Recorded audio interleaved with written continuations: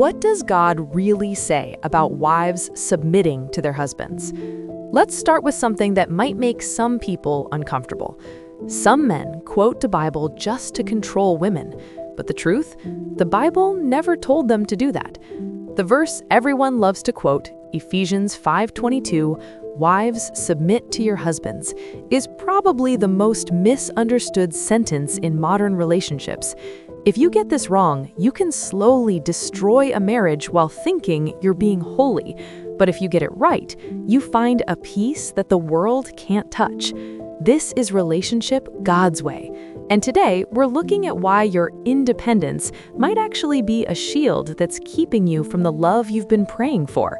Stick with me, because at the end of the video, I'm sharing the specific sign that reveals if a man is worth submitting to in the first place. The moment the word submission hits the air, the room gets tense. It's like a trigger. We live in a world that praises the self-made woman and the boss babe. So when we hear submit, our brain translates it as surrender, lose, or become a doormat. But biblical submission isn't about being a doormat. It's about divine order. Think about the military or a high-level corporation. Is the vice president a lesser person than the president? No, they have equal value but different roles for the sake of the mission. In marriage, the mission is the glory of God. When there's no head, there's no direction. When there are two heads, there's a monster. God chose the husband to lead, not because he is smarter or better, but because God called him to be the umbrella of protection for the family. Let me tell you a story about a friend of mine. She was the definition of strong and independent. She ran her own business, she was a leader in her church, and she carried herself with a don't need anybody attitude. When she got married, she brought that same energy into her home.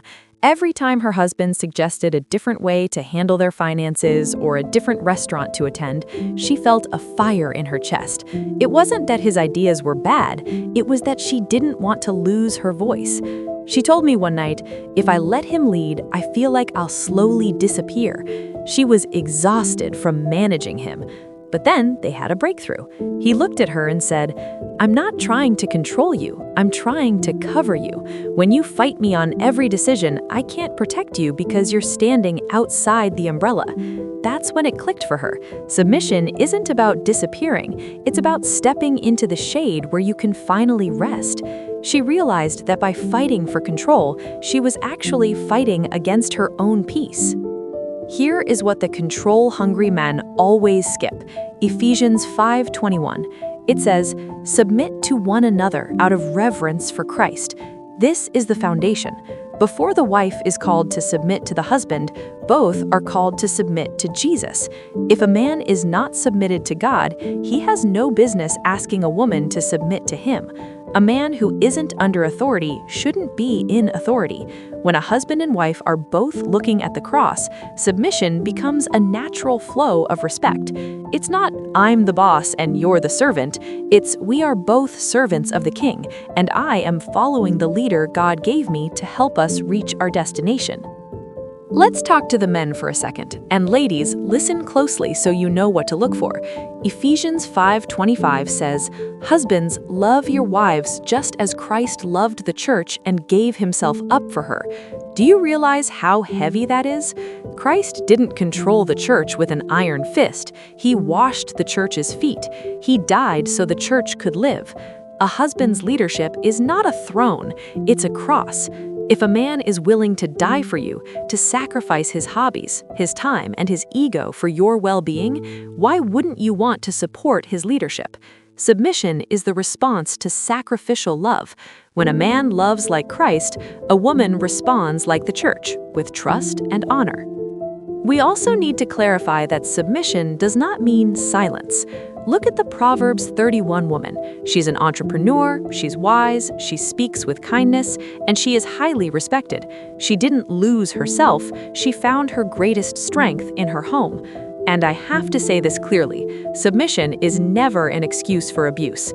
If a man uses the Bible to justify hurting you, manipulating you, or isolating you, that is not God's order. That is the enemy's work.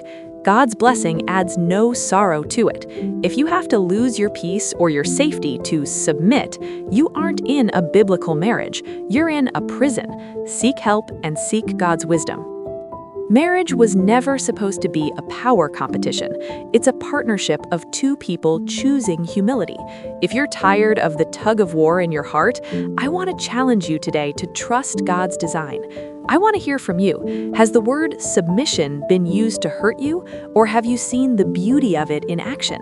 Let me know in the comments. I really want to hear your thoughts. If you're ready to build a relationship God's way, subscribe for more honest, deep conversations like this. I love you, and I'll see you in the next one.